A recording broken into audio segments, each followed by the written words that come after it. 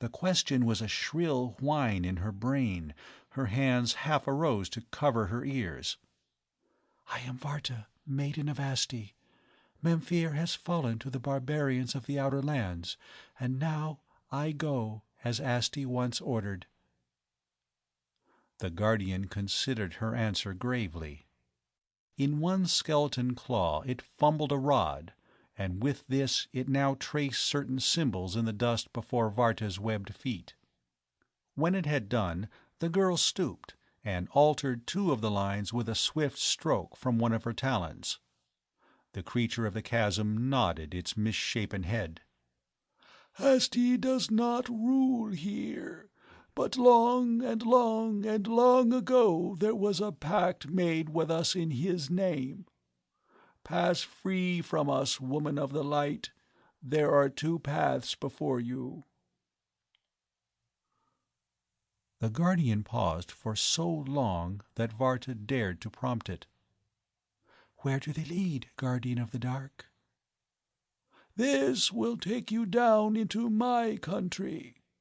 It jerked the rod to the right.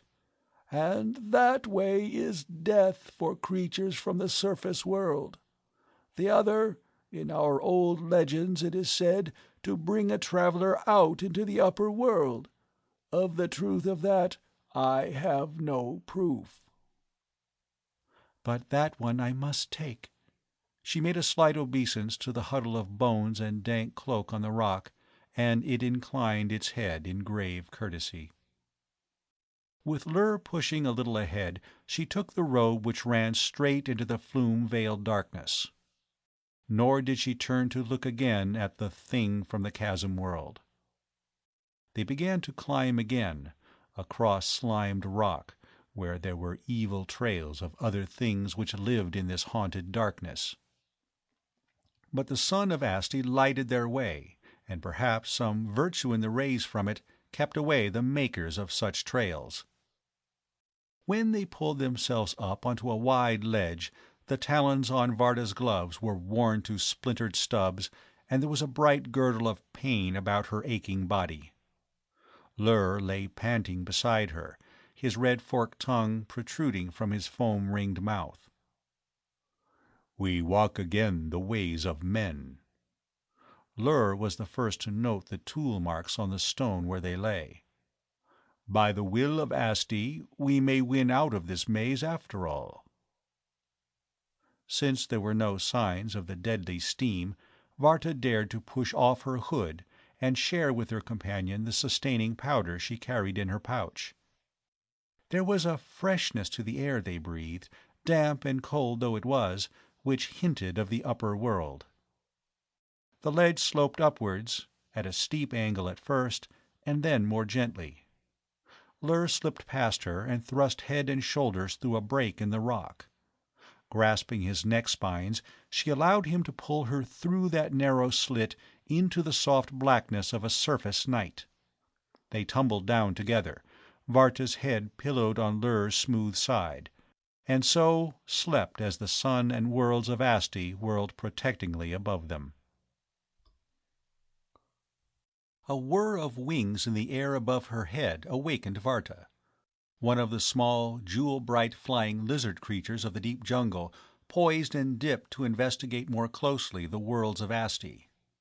But at Varta's upflung arm it uttered a rasping cry and planed down into the mass of vegetation below.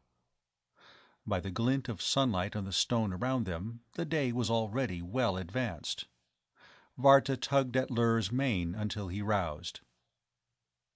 There was a regularity to the rocks piled about their sleeping place which hinted that they had lain among ruins left by man.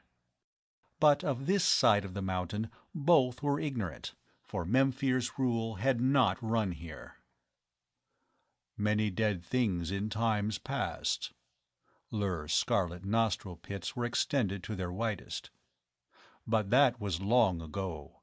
This land is no longer held by men. Varta laughed cheerfully.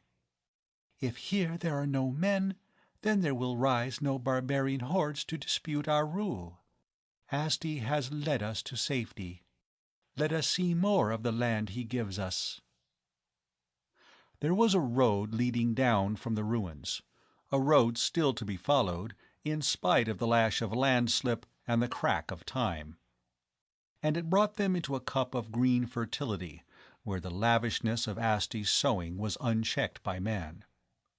Varta seized eagerly upon globes of blood-red fruit, which she recognized as delicacies which had been cultivated in the temple gardens, while Lur went hunting into the fringes of the jungle, where dining on prey so easily caught as to be judged devoid of fear.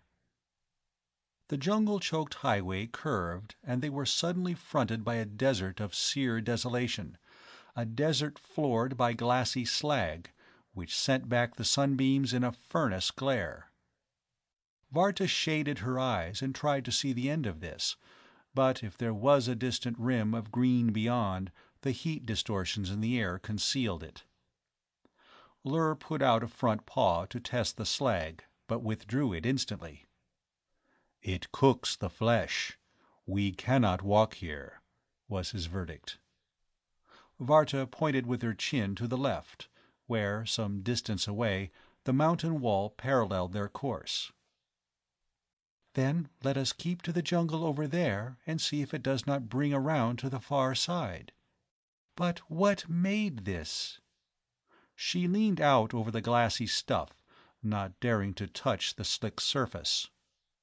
"War." Lur's tongue shot out to impale a questing beetle. "These forgotten people fought with fearsome weapons." "But what weapon could do this? Memphir knew not such." "Memphir was old, but mayhap there were those who raised city on before the first hut of Memphir squatted on tidal mud. Men forget knowledge in time. Even in Memphir, the lords of the last days forgot the wisdom of their earlier sages. They fell before the barbarians easily enough." "If ever men had wisdom to produce this, it was not of Asti's giving." She edged away from the glare. "Let us go." But now they had to fight their way through jungle, and it was hard, until they reached a ridge of rock running out from the mountain as a tongue thrust into the blasted valley, and along this they picked their slow way. "There is water near." Lur's thought answered the girl's desire. She licked dry lips longingly. "This way." Her companion's sudden turn was to the left, and Varta was quick to follow him down a slide of rock. Lur's instinct was right, as it ever was. There was water before them, a small lake of it. But even as he dipped his fanged muzzle toward the inviting surface, Lur's spined head jerked erect again. Varta snatched back the hand she had put out, staring at Lur's strange actions. His nostrils expanded to their widest, his long neck outstretched. He was swinging his head back and forth across the limpid shallows. "What is it?" "This is no water such as we know," the scaled one answered flatly. "It has life within it." Varta laughed. "Fish, water, snakes, your own distant kin, Lur. It is the scent of them which you catch." "No, it is the water itself which lives, and yet does not live." His thought trailed away from her as he struggled with some problem. No human brain could follow his unless he willed it so. Varta squatted back on her heels and began to look at the water and then at the banks with more care. For the first time she noted the odd patches of brilliant color which floated just below the surface of the liquid.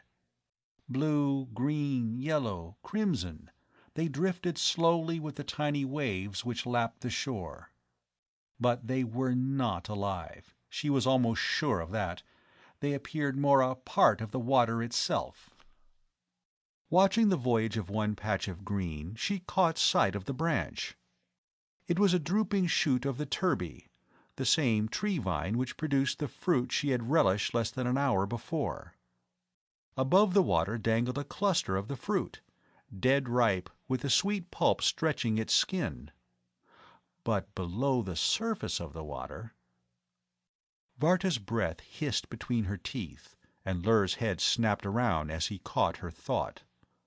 The branch below the water bore a perfect circle of green flowers close to its tip, the flowers which the turbie had borne naturally 7 months before, and which should long ago have turned into just such sweetness as hung above. With Lur at her heels, the girl edged around to pull cautiously at the branch. It yielded at once to her touch,